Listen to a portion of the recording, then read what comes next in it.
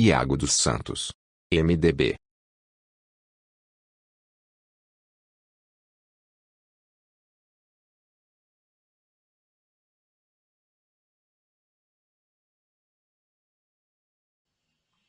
Fala meu povo mineiro, brasileiro, meu povo açipalmense, Iago dos Santos MDB na área. Esse é um dos primeiros vídeos da nossa rede social, Iago dos Santos MDB.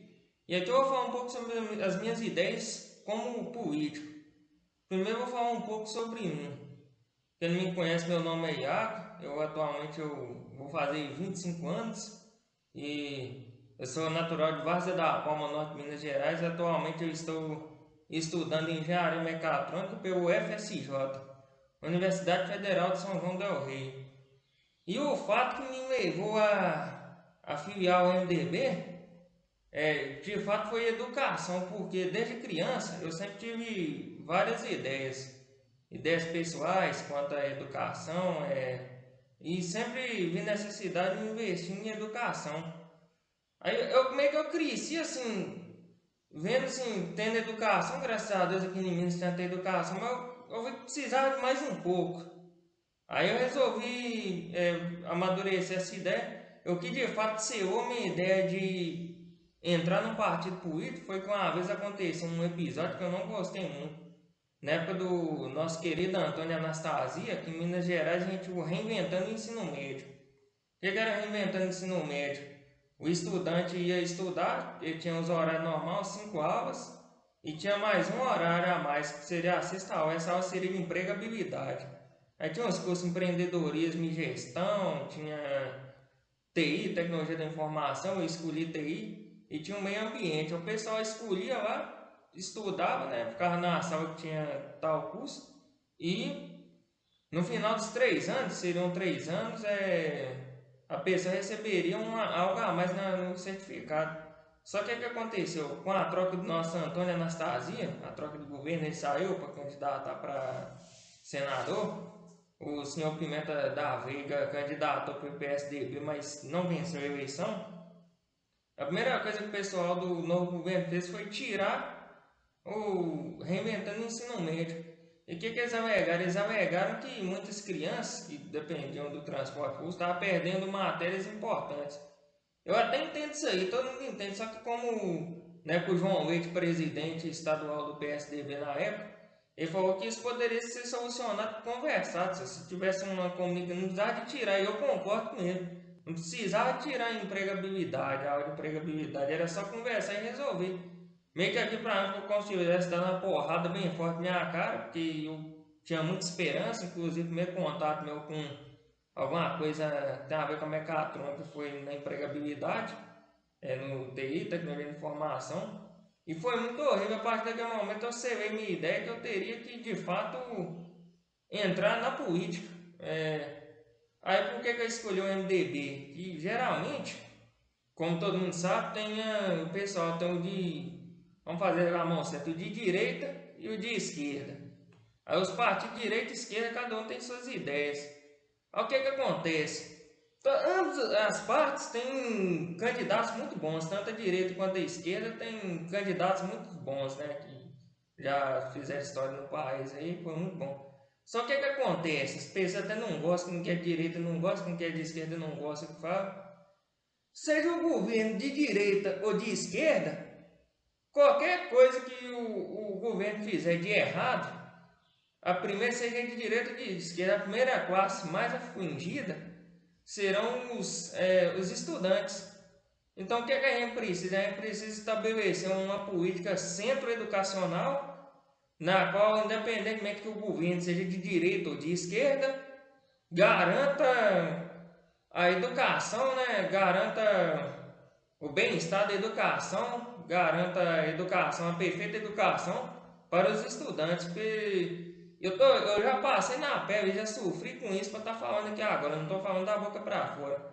Nos governos de direita ou de esquerda, qualquer. Só vocês olharem nos governos anteriores, pega os anos de 2015 até 2022, foram os dois últimos governos, foi um governo, um de esquerda e outro de direita. Ambos fizeram algumas coisas erradas, né? que a primeira classe afligida foi os estudantes. Eu sofri no ensino médio, eu comecei já com a retirada do reinventando ensino médio, com o governo estadual vacalhou. Sofri pós-ensino médio, sofri quando entrei na faculdade, com alguns bloqueios de verba, as pessoas até falam, foi só um bloqueio, vai durar 2 meses, mas a universidade não tem capacidade de esperar 2 meses para receber uma verba que foi bloqueada, tem muita despesa. Então, sendo assim, eu escolhi o MDB por ser um partido de centro. Eu sou um cara, eu não sou nem direita e nem esquerda, eu sou centro educacional. Eu defendo a educação dos estudantes. E nessa história eu escolhi o MDB porque o MDB é um partido de centro que aceita vários tipos de ideias, inclusive ideias de algumas pessoas que foram afligidas com algum tipo de governo, assim como a minha, eu fui afligido com alguns tipos de governo. E o MDB basicamente é esse partido, aqui eu estou falando por mim, não estou falando pelo MDB, essa rede é minha, sou filiado ao MDB em Várzea da Palma, e basicamente é isso, o MDB é um partido que ele aceita vários tipos de ideias, como se fosse um coração demais, aceita vários tipos de ideias. E como as minhas ideias se encaixam melhor ao MDB, por isso que eu escolhi o MDB como um partido para me filiar. E na minha cidade, Várzea da Palma, norte de Minas Gerais, que eu quero trabalhar pelo norte de Minas.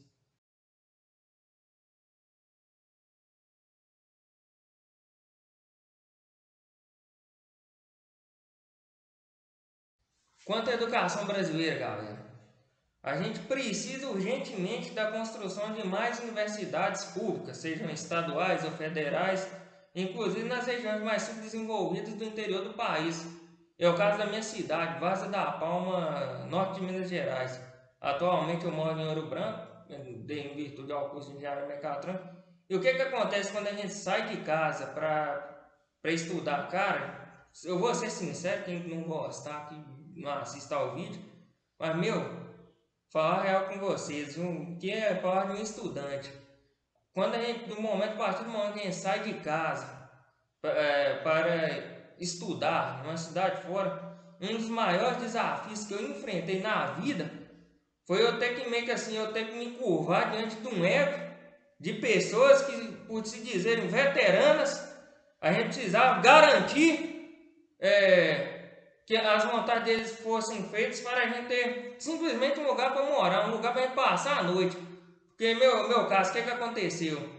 Minha intenção como estudante, não é ter uma vida de prazer, não é ter uma vida de casado, entre aspas, que eu digo assim, não é ter uma vida completa na cidade que eu moro fora, até que meu foco mesmo é Várzea da Palma, tanto que eu quero trabalhar por Várzea da Palma. Mas muitas vezes a gente tem que se curvar diante de algumas manias, de algumas pessoas que se dizem veteranos, outros usando desculpa de veteranos, para a gente ter um lugar para passar a noite, para precisar de estudar. E eu sou completamente contra isso, sou completamente contra. E eu creio que se tivesse mais universidades públicas nas regiões mais subdesenvolvidas do país, como é o caso de Várzea da Palma, os estudantes dessas regiões, Várzea da Palma, Pirapora, não precisariam de passar pelo sofrimento de ter que se render a certo tipo de cultura simplesmente para ter um lugar para passar a noite, porque precisa desse lugar para estudar. E eu sou completamente contra isso. Por isso que eu sou a favor de construção de mais universidades públicas, sejam estaduais ou federais, nas regiões mais subdesenvolvidas do país, como é o caso de Várzea da Palma, minha querida cidade fica no interior do norte de Minas Gerais. E também, cara, uma coisa que eu quero também muito, que graças a Deus na Ouro Branco tem, são palestras educacionais com os temas mais amplos, por exemplo, da robótica. Meio com a Ouro Branco, as criancinhas, graças a Deus, né, as criancinhas com 8 anos de idade, 9, 10, elas contam com as palestras da gente, a prefeitura oferta os ônibus para deslocarem elas até os campos e vai mostra um pouco do curso, tem as engenharias, tem engenharia química, civil, engenharia mecatrônica, que é meu curso, engenharia de telecomunicações, e meio que a gente mostra o curso para essas pessoas, para elas terem um norte, quando crescer, elas já crescem com aquela ideia, ó, existe esse tipo de engenharia, existe esse campo na cidade, e você sabe por onde ir, né, depois que formarem no ensino médio. Em Várzea da Palma, cara, eu até tô lutando, tô conversando com a Secretaria de Educação, tô conversando com diretores de escola, para mim dar uma palestra sobre inovação em robótica, porque infelizmente na minha cidade de Várzea da Palma, desculpa, não tem, não tem esse tipo de palestra, inovação em robótica. Eu, como ser um patriota com Várzea da Palma, por ter, graças a Deus, com muito esforço, dedicação, muito sofrimento, eu ter tido a oportunidade de estudar fora. Não sou um dos melhores alunos, confesso que não. Ser um melhor aluno é muito difícil. Mas pelo pouco que eu sei, eu quero dar uma palestra aqui sobre inovação em robótica em Várzea da Palma, que é importante. Isso é importante principalmente para crianças e adolescentes, que é a época que o pessoal tá decidindo o que quer da vida. É muito importante a gente dar esse tipo de palestra para a pessoa ter noção que existe engenharia, que é uma área muito boa, que a engenharia se aplica a tudo. Então, uma coisa que falta muito também, além de universidade pública, são palestras educacionais com temas mais amplos.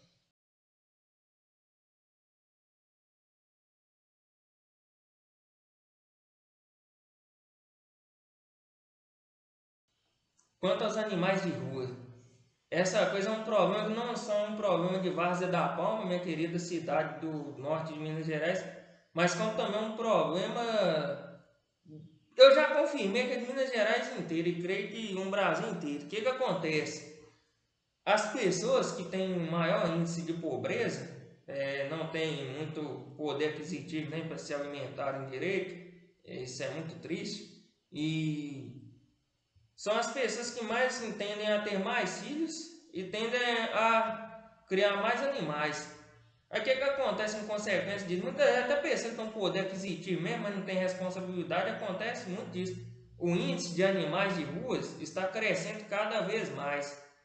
É cachorro no meio da rua, mordendo as pessoas, correndo atrás de veículo, em tempo de derrubar motociclista, cachorro em tempo de ferir alguém na rua, cachorro que eu conheci um cachorrinho, coitado, ele era um cachorrinho de rua, e por uma briga de rua que ele teve, o cachorro, um outro cachorro mordeu a pata dele, e ele sofreu, quase morreu, quase perdeu a perna. Infelizmente encontrou pessoas boas, eu ajudei no tratamento dele. Ele tratou, era o Tony, e nisso ele teve a oportunidade como é que eu digo, ele teve a oportunidade de se curar, né? Mas nem todos têm a mesma chance. E por que cresce esse índice de animais de rua? A gente vai olhar a história, o que acontece? O pessoal pega os animais para criar, muitos não tem nem poder aquisitivo para se alimentar direito, e o que eles fazem?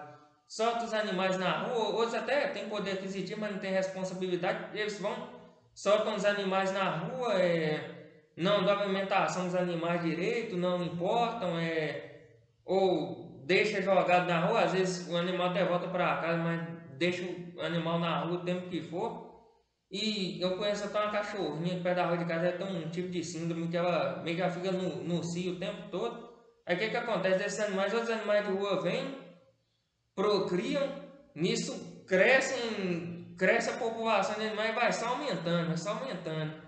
Aí o que acontece? A gente precisaria, que todos esses animais que estão na rua, a gente precisaria de algum jeito fazer um documento para retirá-los da rua, em colocar em abrigos ou construir abrigos novos, abrigos governamentais novos, ou até mesmo contar com campanhas de adoções, campanhas de castração. É muito importante, o mais importante de tudo.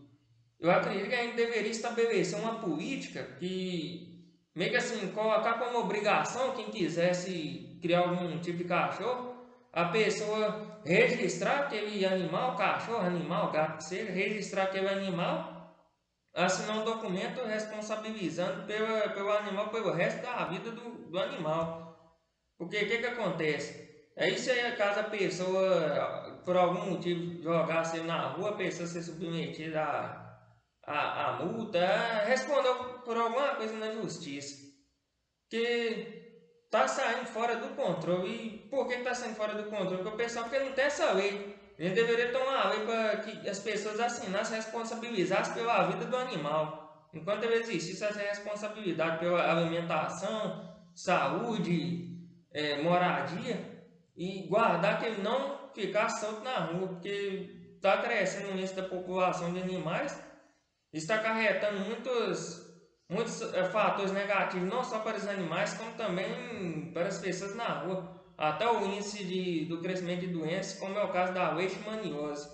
E é uma das ideias que eu tenho como filiado da MDB como político. Esse ano eu não me candidato a nada em virtude ao curso, mas o mais importante é da pessoa candidata ela aplicar suas ideias e começar a pôr em prática antes mesmo de ser eleito. E por isso mesmo que eu já antes da candidatura, eu já quero deixar expostas as minhas ideias.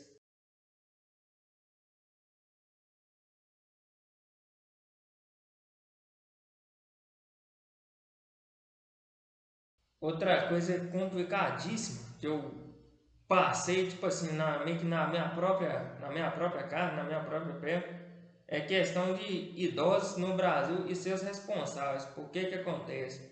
O meu saudoso avô, o senhor Santino, que Deus o tenha, ele era uma pessoa muito boa e muito justa. Tipo, ele era aquele tipo de idoso que ele não dava trabalho para ninguém. Infelizmente, ele morreu há quase 4 anos atrás, vítima de uma leucemia, e sofreu muito. Aí o que que acontece? O que que eu já presenciei muito quanto a pessoa idosa? Tem idosos maravilhosos, gente boa, como é o caso do meu avô Santino, mas tem muitos idosos que eles aprontam, né? E por que que eles aprontam? Eles têm a consciência que devido a essa questão estatuto do idoso, o idoso recebe muita defesa no Brasil. Não é todos, já vou falando de cara, não é todos. Tem alguns que fazem isso, e esses alguns valem por vários, né? Alguns idosos, devido ao conhecimento de que tem estatuto de idoso, que são defendidos pela política brasileira, eles aproveitam para pintar e bordar com seus responsáveis, seus parentes responsáveis, seus cuidadores. Meio que tipo assim, eu conheço vários tipos de idosos que aprontaram a beça e qualquer coisinha que eu visse, se o povo descobre que é assim tal, aí polícia não sei o que, por quê? Porque sabem que tem uma lei que defende eles podem pintar e bordar, fazer o que quiser, e ninguém pode nem falar nada que, pelo menos, se eles interpretarem mal, que vai vir algum órgão governamental e vai punir a pessoa até apreender a pessoa. O que que eu proponho como político? Claro que os direitos dos idosos devem ser garantidos, mas não só o direito dos idosos, mas também o direito das pessoas responsáveis pelos idosos devem ser garantidos também. O que que acontece? Deviam ser avaliados mais a fundo o que de fato está acontecendo. Olhar de fato a situação do idoso, mas também olhar de fato a situação dos cuidadores. O que está acontecendo com aquela pessoa? O que ela está sendo submetida? E, eu acredito o seguinte, cara, que pessoa idosa que não está mais nas condições plausíveis de si mesmo, nas condições perfeitas de si mesmo. Eu acho que deveriam ser construídos novos abrigos, casas de apoio, e internar esses idosos, porque eu conheço esse tipo de idosos que está numa situação que todo dia que os parentes tentam solucionar de um lado, eles acabam arrebentando o outro, e meio que quase todo dia tem uma polêmica na casa da pessoa, essa pessoa na frente das pessoas em casa é uma coisa, na frente das pessoas da rua é outra, e o pessoal da rua acredita naquela pessoa, e fica difícil a pessoa explicar, e fica muito complicado. Eu, de fato, eu conheço uma pessoa bem próxima de mim também que uma vez ela tem uma parente muito polêmica, e uma certa vez, no ano passado, essa pessoa, a parente passou mal, essa pessoa foi socorrer. Tem quem fica com essa pessoa e tal, essa outra pessoa estava trabalhando, porque a pessoa precisa de trabalhar. Tem quem, essa pessoa foi socorrer, acudir, e essa pessoa foi vítima de uma queda fatal e quebrou o braço no final da história. A pessoa idosa que o pessoal defende, o pessoal da rua fala que é perfeita, tal, sendo que na frente o pessoal dá uma coisa, na frente de casa é outra. Ela recuperou e a pessoa que caiu machucou até hoje sofre dores e lesões no braço. E cara, essa pessoa que eu conheço, essa pessoa idosa, tá de um jeito que não. Todo dia que tentaram mexer com ela, não dá mais para solucionar. Então, eu acredito que não só o direito de idoso deve ser garantido, mas também o direito dos cuidadores, o direito da pessoa jovem que é cuidador também deve ser garantido, porque muita gente só tem noção do que vai acontecer e apronta porque ela tem noção que tem um órgão para defender ela, tem quem defende ela, ela vai falar os outros, vai dar razão por ela, pelo fato de ela ser idosa. Mas isso deve ser solucionado, isso deve ser apurado mais a fundo, deve ser visto e além de serviço, deve envolver os dois lados, o lado da pessoa idosa e o lado dos cuidadores. Depois não tem como queixar questão sobre abandono ou coisas que aconteceram, que muitas vezes a própria pessoa idosa influenciam coisas negativas acontecendo na vida dela. Eu vi exemplos na minha frente para mim estar falando isso, não estou falando da boca para fora.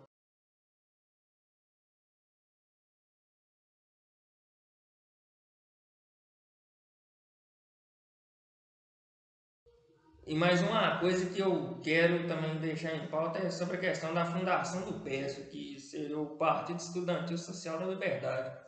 Como todos nós sabemos, hoje tem vários tipos de defesas adotadas e abordadas por vários partidos. É defesa da juventude, defesa do trabalhista, mas eu nunca vi isso. Pode ser que essa causa esteja atrelada às outras causas. Eu nunca vi exclusivamente a causa da defesa da educação brasileira em um partido. Talvez eu esteja atrelado à juventude, não sei, mas eu nunca vi a defesa da educação ser como assim um tema à parte a ser defendido pelo partido. E qual que seria a ideia do PES? A ideia do PES, Partido Estudantil Social da Liberdade, seria de fato ter como principal foco a educação, porque a educação, cara, ela é o que define o futuro, seja bom, ruim ou péssimo de um país. A educação brasileira, infelizmente, está cada vez mais marginalizada, está cada vez mais afetada negativamente. E de fato a ideia do PES seria defender todas as causas, inclusive saúde, saneamento básico, meio ambiente e, sobretudo, a defesa da educação brasileira, porque se vocês forem olhar no livro de geografia global, eu falo que eu já estudei também, os países com maior índice de educação são os países com maior índice de desenvolvimento. Por exemplo, é o Canadá. Então, cara, se muitas pessoas até reclamam do país, que o país não está muito bom, da moeda, da economia, a gente não pode sanar nada disso se a gente não sanar a educação. Então, uma das ideias defendidas por mim como política é a fundação do PES, Partido Estudantil Social da Liberdade. Então, no mais, eu conto com vocês, compartilhem as minhas ideias com mais pessoas e futuramente, com fé em Deus, eu pretendo me candidatar a vereador em Várzea da Palma, não nesse ano, que ainda estou focado no meu curso de engenharia mecatrônica, e também pretendo candidatar como deputado estadual de Minas Gerais para pôr em prática essas minhas ideias pela melhoria da educação e, em geral, melhoria da educação, animais, situação de idosos, de seus cuidadores e pela melhoria do país. E urgentemente, galera aí da política Várzea Palmense, da política mineira, vamos lá, vamos fazer uma educação pública, seja ela fazer uma universidade pública, seja ela estadual ou federal em Várzea da Palma. Várzea da Palma já tem estrutura para isso. Várzea da Palma é uma cidade maravilhosa, ela pode ficar ainda muito melhor se a gente tiver uma universidade pública. Então, ó, pra gente vamos junto construir universidades federais ou estaduais que sejam em Várzea da Palma. Então é isso aí, valeu, conto com vocês e tchau! Iago dos Santos, MDB.